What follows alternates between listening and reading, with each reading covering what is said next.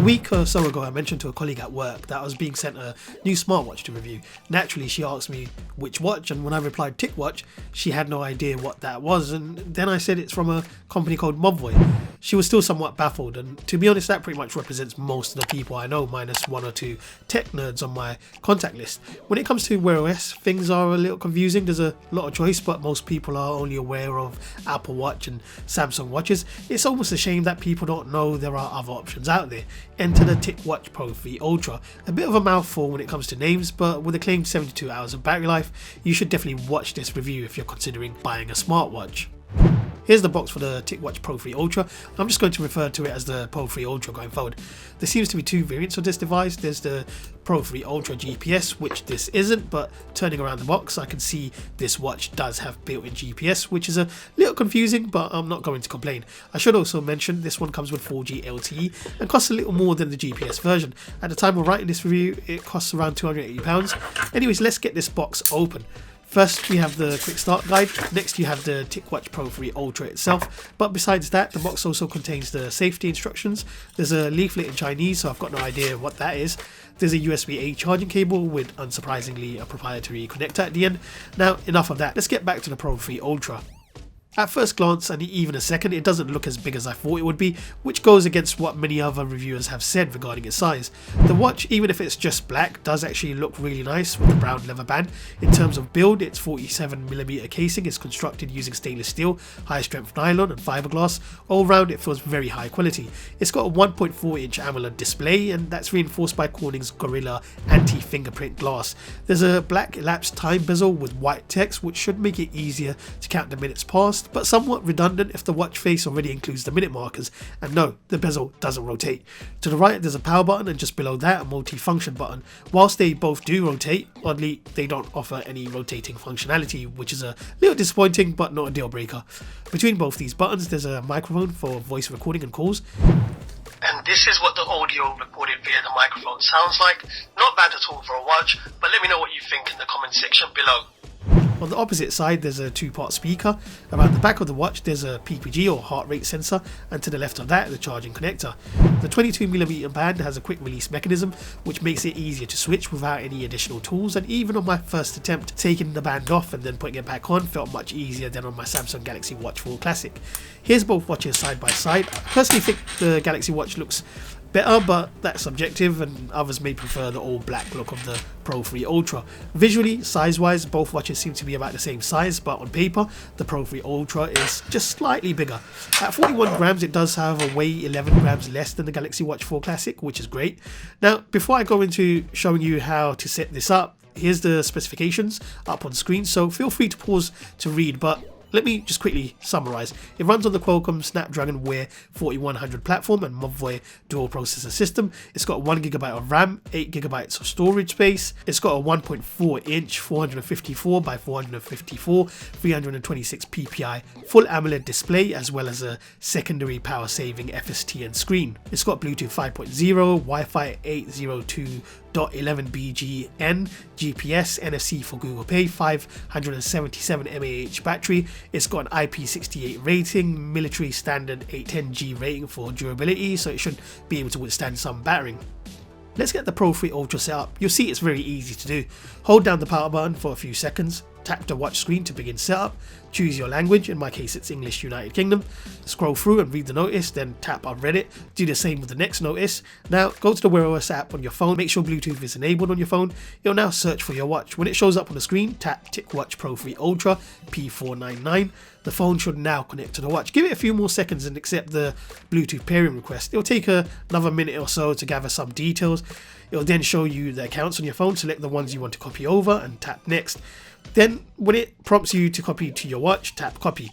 If you have a PIN or a secure lock set up, you'll need to unlock your phone. Allow all the permission requests that come up. There's quite a few of them to accept, but you'll have to do that in order to get the best experience out of the watch. And that's it, you're all set.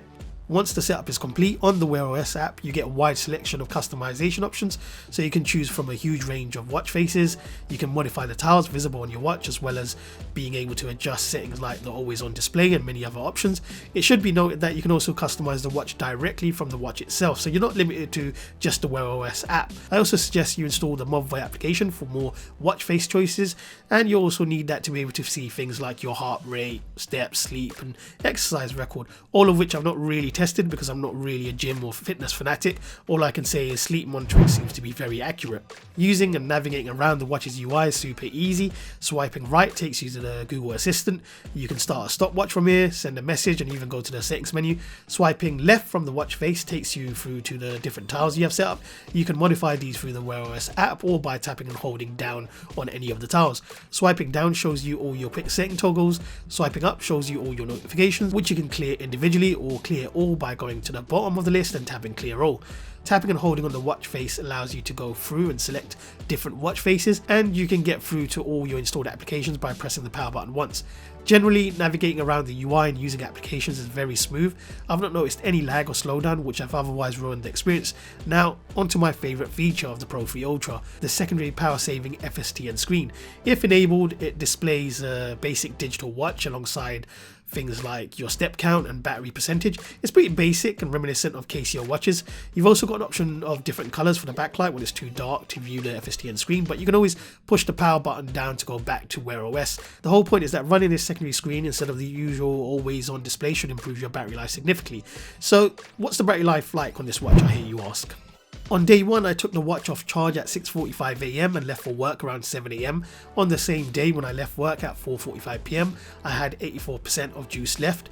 Then by 9 PM, there was about 75% left, but I'm going to try and push that 577 mAh cell a bit further and see how many days it can go, bearing in mind Mobvoi states 72 hours.